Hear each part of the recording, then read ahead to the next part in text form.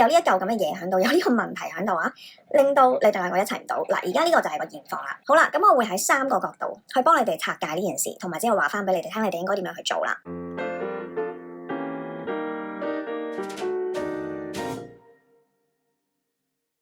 Hello， 大家好，我係輕鬆做案做 N， 又係我嚟同大家顯化願望嘅時候啦。咁睇我嘅片咧，一定會幫到你哋顯化你哋嘅任何願望嘅，因為我嘅 assumption 就係我嘅存在會令到成千上萬嘅人顯化到佢哋嘅任何願望。咁好啦，嗱，如果大家咧未加入我嘅會員嘅話咧，因為有好多人都問我點樣可以加入會員啊。咁加入會員嘅方法就係加入翻我呢個 YouTube channel 嘅會員啦。咁成為咗會員之後咧，你哋每個月咧就會有好多嘅免費嘅蠟燭嘅儀式可以參加啦。有一啲係幫你哋自己清庫噶啦，你哋提升自身嘅吸引力啦，你哋嘅能量啦，驅除一啲小人嘅儀式啦，或者金錢啊、錢運啦，一啲大眾嘅蠟燭儀式嚟嘅。咁另外仲有一啲 online 嘅直播調頻啦，每個月1次嘅，咁就幫你哋去提升你哋嘅能量啦。OK， 咁當然另外就係我呢啲含金量十分之高嘅一啲關於顯化法則，點樣幫你顯化你嘅願望嘅一啲影片啦，仲有嘅就係我所有嘅 affirmation 片 ，OK， 即係我嗰啲 Best 系列啦，嗰啲機械式嘅 robotic 嘅 affirmation 啊，同埋唔同情景嘅霸氣 affirmation 片啊、溫柔版啊、慢版啊，咁所有嘅 affirmation 片你哋都可以享受得到啦。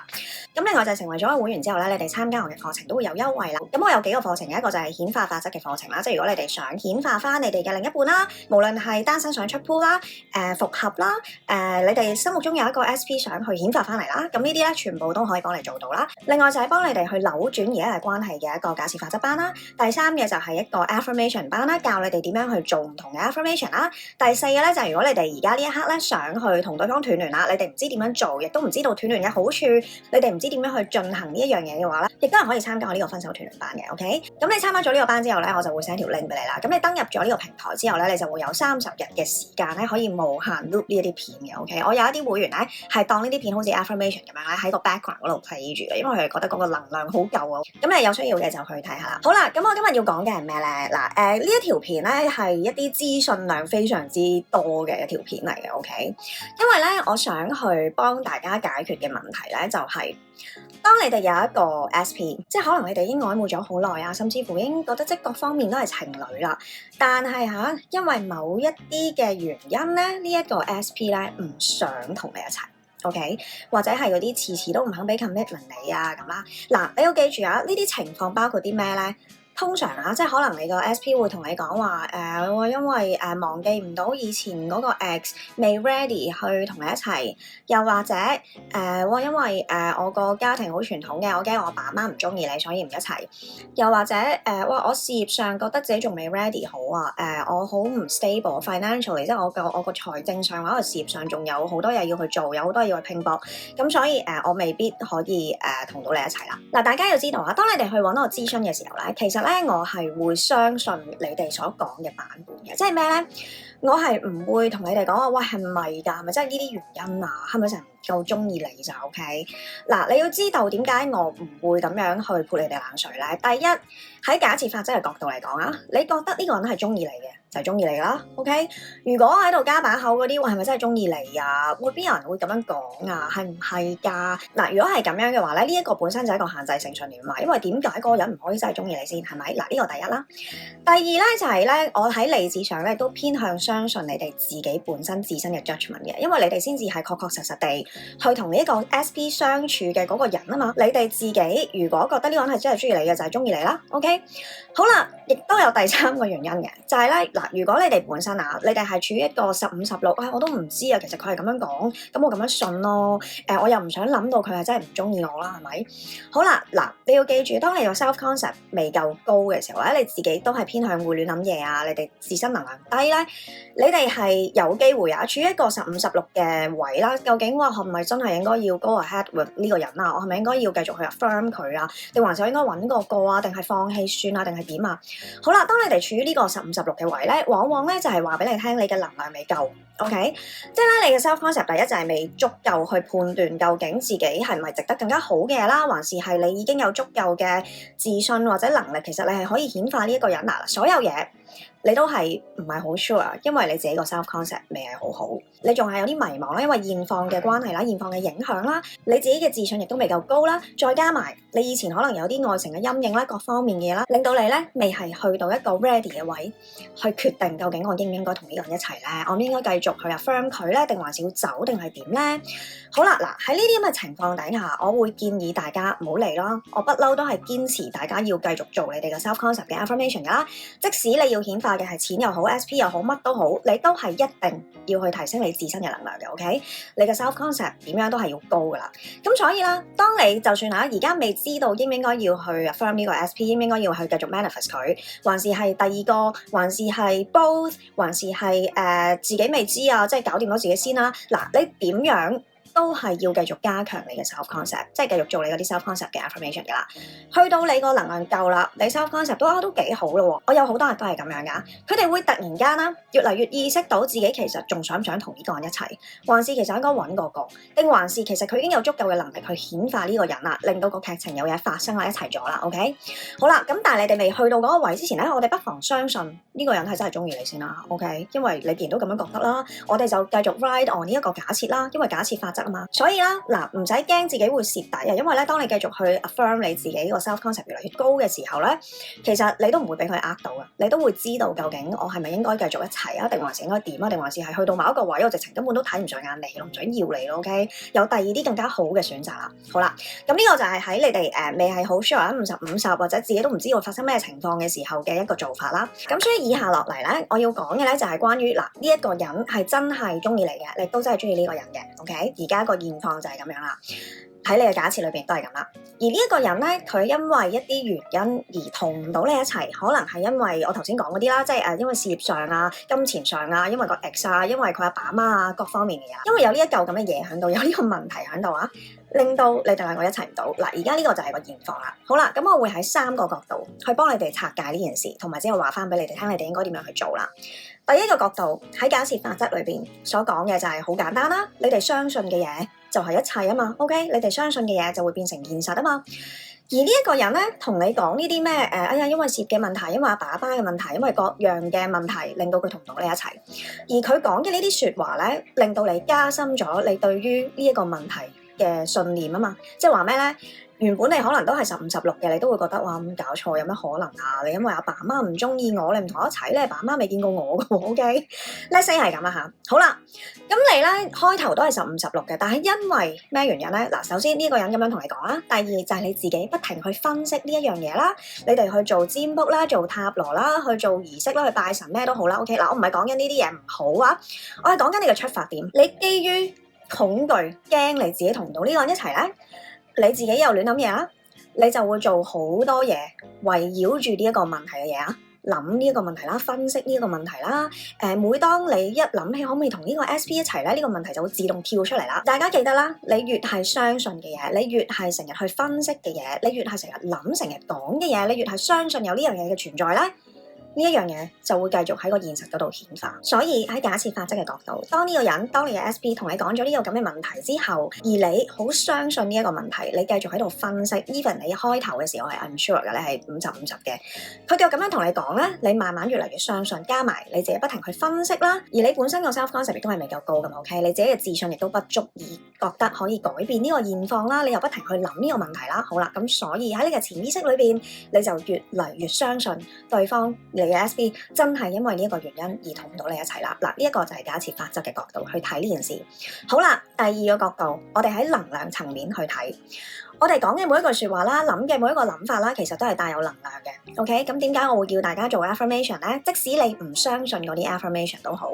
我嘅片啊，你哋做嘅 affirmation 啦，諗嘅每一個諗法都係有能量噶嘛。即係咩咧？譬如舉個例啦，我唔相信自己會減到肥嘅。OK， 好啦，當你不停咁喺度諗呢樣嘢嘅時候咧，咁你就真係越嚟越減唔到肥啦。好啦，但係當你開始做 affirmation 啦，哇，我真係可以瘦噶，哇，甚至我見到自己瘦咗添啦，我真係越嚟越瘦，哇，我真係瘦到咧條腰咧得翻23寸，哇，好正我身材。好啦，當你日日喺度講呢啲 affirmation 或者諗呢啲 affirmation 嘅時候咧，呢啲諗法、呢啲説話係帶有能量噶嘛 ，OK？ 你擺咗好多能量落去呢件事嗰度啦，即係落去你嘅身材會好好啦，你會減到肥啦，話你條腰好幼啦 ，OK？ 所有嘅呢啲嘢咧就會慢慢喺個現實度顯化出嚟啦，因為你俾咗好多能量落去，有啲能量可能係聚少成多噶嘛，因為你開頭可能唔信啊，呢個人好多負能量啦，關於呢一件事。好啦，咁我哋翻嚟啦。如果你而家喺度諗你同你嘅 SP 點解一齊唔到嘅呢一個問題咧 ，OK， 無論係咩問題都好啊。當你越係去分析呢一個問題啦，越係去諗呢個問題啦，你諗嘅當然唔係嗰啲話我真係好有能力去解決呢個問題啊，冇事啊，即係當然唔係講緊呢啲咁正面嘅諗法啦。因為如果係咁樣嘅話，咁都冇嘢啦嚇。但係即使係咁啊，我都唔建議啊大家去圍繞住呢一個問題去分析或者去諗嘢嘅 ，OK？ 即使嗰啲係一啲 positive 嘅諗法，因為啊嗱，你都知嘅，我叫大家去做嘅 affirmation 咧，其實永遠啊都係圍繞住你嘅目標嘅，即係話咩咧？我要同呢個人一齊，我就係會同佢一齊咯，佢就係會中意我 no matter what 啦，佢就係會同我一齊啦 ，OK？ 而你呢一個講法本身啊，就已經係 imply 咗你哋兩個之間冇任何嘅問題啦嘛，咁所以會發生咩事咧？你擺嘅能量就係擺咗落去，佢會同你一齊 no matter what 嘅呢一件事上邊，而唔係喺佢嗰啲咩阿爸媽唔中意你啊，佢因為事業嘅問題同唔到你一齊，因為錢嘅問題同唔到你一齊，因為個 ex 同唔到你一齊，呢一啲嘢咧就唔會接收到你嘅任何能量啦 ，OK？ 咁所以啦，喺能量嘅層面去睇啊，你哋咧經常性去圍繞住呢個問題去分析啦，去做占卜啦，次次唔好理啊，究竟你做嗰啲儀式係咪真係有作用先啦？我講緊嘅係你自己本身個人啊，個諗法啊，經常都係圍繞住呢個問題，而你圍繞住佢去做好多嘢，而呢一啲咁樣嘅加埋本身咧，就已經代表你係擺緊好多嘅能量落去呢個問題嗰度啦。咁所以啦，就算嗰個人啊本身咧係真係有呢一個咁樣嘅諗法，係猶豫究竟應唔應該同你一齊嘅。當你越嚟越去分析呢件事啊，諗呢件事啊，你呢啲咁嘅能量咧就會加重咗呢個問題，令到呢一個人咧原本就算只不過係15、16咧 end up 咧都會覺得哇係啊，真係因為呢個問題，所以我唔想同你一齊啦。OK， 好啦，呢個就喺能量嘅角度去睇，所以點解我會叫大家做 affirmation 你要明啦。第三個角度，呢個係我以前喺我啲片嗰度好少會去提及嘅，但係我都想俾你哋知道，喺個靈性嘅層面，因為你哋有揾我調頻噶嘛，咁所以我 assume 你哋有大部分嘅人都會相信係 spiritual 嘅角度啦。好啦，喺靈性嘅角度去睇。譬如啊，假使佢而家因為原生家庭嘅問題同唔到你一齊，或者因為佢有啲舊情嘅傷口未復原，所以佢唔想同你一齊，或者同唔到你一齊，或者咩原因都好啦嚇。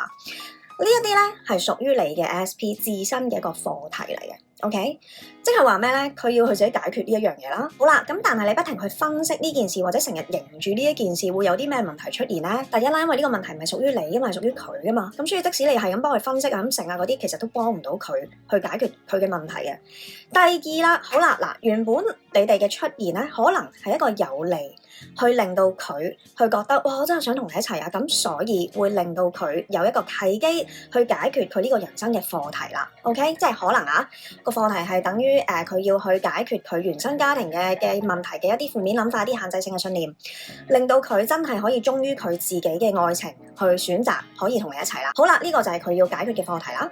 而你哋本身啊，你哋嘅出現就係一個契機，令到佢可以解決到呢一樣嘢啊嘛。咁只不過你哋做嘅嘢完全就冇幫到件事，因為第一啦，你哋係咁自己亂諗嘢啦、委屈啦、加重呢件事嗰個能量啦，所有嘅嘢你哋煩埋一份啦。好啦。你哋自己咧都唔係喺度升緊呢啦，你哋喺度扣緊血啦 ，OK？ 而佢咧亦都會因為你嘅吸引力越嚟越低啦，因為你個人本身好苦啊嘛，令到你原本係一個有利咧，可以促使到佢去因為想同你一齊而解決呢個課題咧，都會令到佢覺得哇唔解決住啦，因為為乜啫？即係你又唔夠吸引啊，所以我唔想同你一齊。嗱，你哋千祈唔好因為聽到呢一樣嘢咧，又翻去嗰啲，哎呀，咪即係我唔夠吸引咯，咪即係佢唔夠愛我咯，所以咪唔一齊啊！嗱，完全唔關事啊嚇！我講緊嗰個吸引嘅層面係能量上啊嚇，係你原本嘅出現咧，係令到佢嗱喺 spiritual 嘅層面去睇下，係令到佢個靈魂深處或者佢自己個高我啊或者各樣嘅嘢咧，令到佢咧會有一個契機，覺得而家係一個時候想去解決呢樣嘢。即係話咩？即係譬如你想入一間好嘅大學，你都會去努力讀書啦 ，OK， 咁所以你想做呢一樣嘢就係你嘅契機啦，你想入去呢間大學就係你嘅契機啦。咁但係啊，如果嗰間學校啊突然間變到風評好差嘅，差到爆炸嘅，原本你想入去你係有好多憧憬嘅，咁但係由於嗰間學校嘅風評差到咁啊，你都會覺得喂，咁算啦，我唔搞咁多嘢啦，我做咩要搞咁多嘢啫？我做咩要咁努力讀書啫？我做咩要揾佢啫？係咪？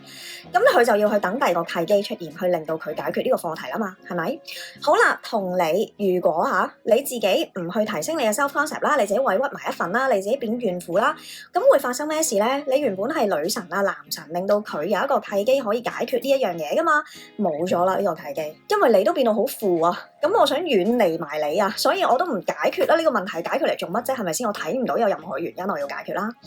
好啦，仲有一樣嘢係啲咩咧？好啦，又係喺 spiritual 嘅角度去睇呢件事啊。原本呢個人嘅出現，加上你嘅出現，即係你哋嘅相遇啊，其實你係可以同時解決到佢嘅課題啦，再加埋你自己課題啦，有可能係咁啊。即係話咩咧？你見到佢，你就會開始做好多 affirmation 啦，你會去提升你嘅 self concept 啦，你揾我諮詢啊或者調頻啊，所有嘅嘢都係幫緊你自身去提升你嘅能量啦，你嘅自信心啦，解決到你原本嘅一啲限制性諗法啦。所以點解我有咁多客會揾我做完 affirmation 調完頻之後會同我講話，哇 OK， 我覺得自己嘅自信心高咗好多，或者已經好似變成咗第二個人啊，完全同以前唔同啊，由嗰個好怨婦嘅人走翻出嚟咧，你哋解決咗你哋以前嘅一啲唔開心嘅諗法嘅一啲限制性信念啊嘛，呢個就係可能你遇到呢一個人促使到你去解決嘅課題，即使你 end up 仲想唔想同佢一齊都好啦，你都會解決咗呢一樣嘢啦。好啦，咁所以啦，你同呢個人嘅相遇，而家有呢一個問題，有機會就係你哋同時間個宇宙或者係喺個靈魂層面，你哋係要各自修煉解決咗你哋兩個大家各自嘅問題啦。因為你哋兩個都係一個好好嘅契機，去令到對方想去解決自己嘅問題啊嘛。好啦，咁原本係好好啦，係咪？你哋各自修煉啦，各自修行星咧，跟住之後就大家一齊翻啊，係啱嘅 timing。咁但係啊，你哋自己喺度亂諗嘢啦、頹廢啦、消沉啦、分析問題啦，好啦，喺嗰個能量層面又好啦，假設法則嘅層面又好啦，你都係加深緊呢個問題啦，扣緊你哋自己嘅能量啦，令到你哋冇晒吸引力啦 ，self concept 低到爆炸啦 ，OK， 咁所有嘅呢啲嘢咧，都係會令到你哋各自升唔到咧，即係解決唔到個課題啦。好啦，嗱咁所以啦，我講嘅呢三個角度咧，其實係冇衝突嘅。無論喺假設法則嘅層面去睇啦，能量嘅角度層面去睇啦，靈魂層面嘅角度去睇啦，即係你哋嘅各自嘅靈魂嘅修行，你哋嘅課題啦，都係冇任何嘅衝突嘅。你哋點樣都應該去 focus 翻喺你哋自己嘅 self concept 啦，唔好再將你哋嘅能量啦、精力啦、時間啦、諗法啦、講嘅嘢啦，全部繼續圍繞呢個問題 ，OK？ 各自修行，